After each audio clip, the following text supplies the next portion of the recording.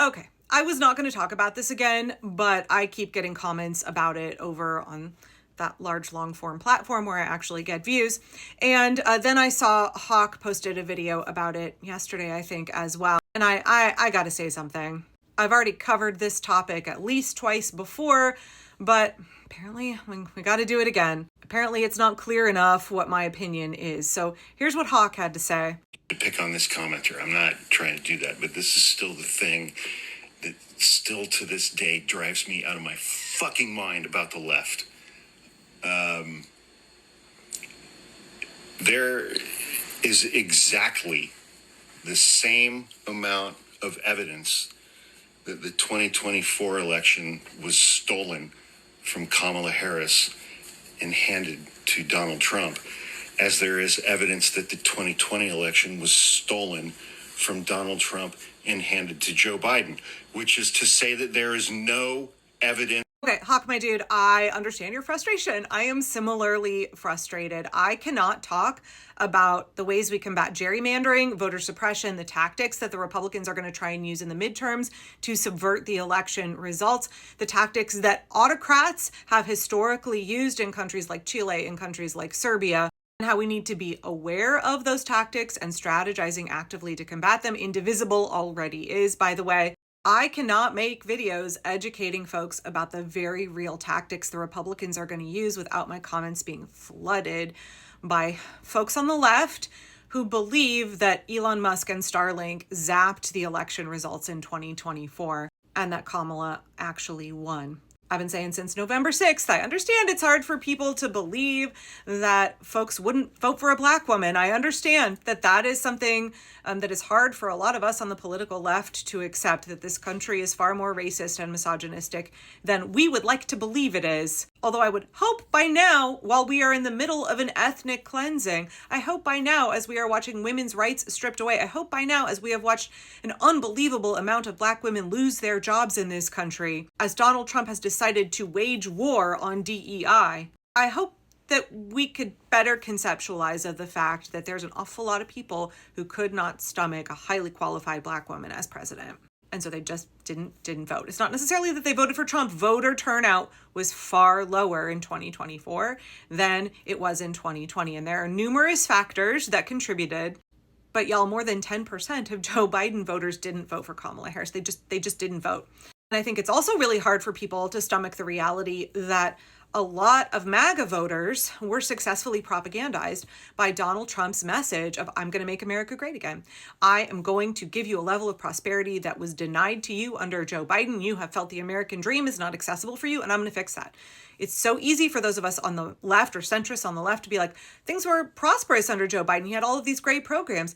And too many people don't understand the way, especially white rural America, did not have access to that prosperity. But they were seduced by the messaging of Donald Trump. He catered to them in districts where Democrats just not even really bothering. Establishment Democrats have taken those districts and their quality of life for granted for quite a while. I know it's really hard for people on the center and the left politically to accept those two realities. Before the 2024 election, a lot of my TikTok content specifically was about debunking right-wing conspiracy theories around trafficking. And I think it's easy for us to believe that only people on the far right are prone to believing in conspiracies. Only people on the right fall for QAnon, adrenochrome, Pizzagate, whatever completely outlandish conspiracies they get completely subsumed in, obsessed with, completely devoted to. It's really easy to believe that people on the left are not just as prone.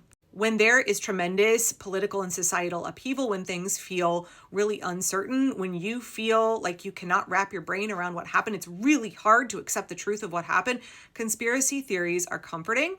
They're easier to believe in. They are seductive. Oh, sorry, my dog's sneezing. They're seductive. And we are seeing so many people fall for these conspiracies that the votes were switched, particularly when we look at Rockland County. The day the lawsuit dropped in Rockland County, I made a whole video being like, y'all, you are believing something that is just going to disappoint you. This is not evidence. It's not going to come out. Like, anybody can file a lawsuit. There is not going to be proof from this lawsuit that Elon Musk switched votes. I know, I hear over and over again, there's these precincts in Rockland County that went 100% for Donald Trump, and that is statistically just not possible. That is proof. How can there be these districts that went not one single vote for Kamala Harris, and yet they voted for the Democratic candidate for senator, but none of them voted for Kamala Harris? That is proof that Elon Musk came in with Starlink and zapped the votes and switched them. These are precincts with 525 votes that were cast. These are very small precincts in a state that was going to go for Kamala Harris anyway. And I understand that Occam's razor is difficult for folks to apply right now because everything feels so unhinged. It's hard for us to lean in to what is actually happening because there is so much crazy shit, right? Your foundation of what is reasonable has been very shaken, and I understand that. These precincts there were a couple of them that had around 500, one was 525, I believe, voters, and they went 100% for Donald Trump. And still, in November, I get comments being like, Rockland is proof. Angela, why don't you believe? Why is it that you are so resistant to accepting the truth that Elon Musk zapped the election, that Donald Trump stole it? Because there's no evidence of that. Anybody can file a lawsuit. Those precincts that went 100% for Donald Trump in 2024 in the Rockland lawsuit, they went 100% for Donald Trump in 2020 as well. But y'all keep saying it's an anomaly. It's statistically impossible for this to happen. No, it's not statistically impossible. It's actually happened twice. And you have to understand, data is insufficient, y'all, when you are looking to grasp the reality of what happened. You have to understand the culture, the sociology that went into this. These are conservative Jewish districts that vote how their rabbi tells them. And their rabbi said, vote for Donald Trump for president and vote for the Democratic candidate for senator. That's why they voted that way. They vote as a block, have historically voted as a block. There is a simple Occam's razor explanation. Y'all, I get that conspiracy theories are more comforting. I understand why people believe them, but when I have folks in my comments who are like, Angela, David Pakman interviewed Election Truth Alliance and you won't.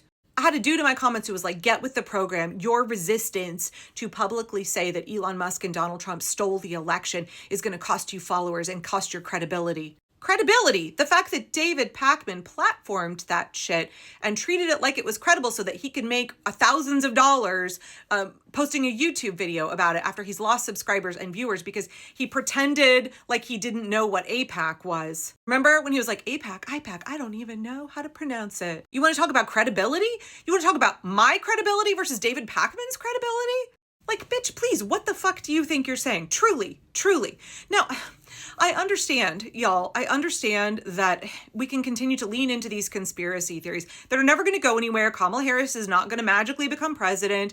This is not going to go anywhere because there's no evidence that this happened. The way that these groups are claiming that it did, but damn, y'all, they have fundraised an awful lot of money. They have distracted an awful lot of people. I'm not going to go so far as to be like, this is an op, but it sure has gotten a lot of Democratic voters to put their money, their energy, their focus onto this false claim that Elon Musk zapped the votes with Starlink, or that somehow small batches of votes in a couple of places got switched for Donald Trump, rather than focusing on the very real ways that Republicans have historically and continue to undermine our free and fair elections.